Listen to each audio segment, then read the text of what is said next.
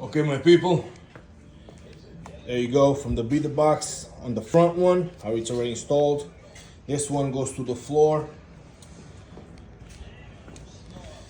The top one goes to the crankcase right here, and the bottom one goes here, so you guys don't mess it all up. All right, so that's the way to do it.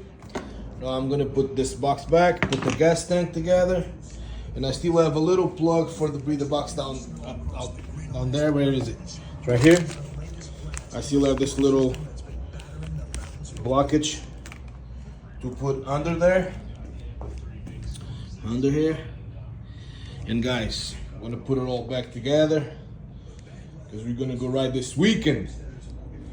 And then the summertime, gotta go ride that thing right there. All right, yo, thank you so much for watching.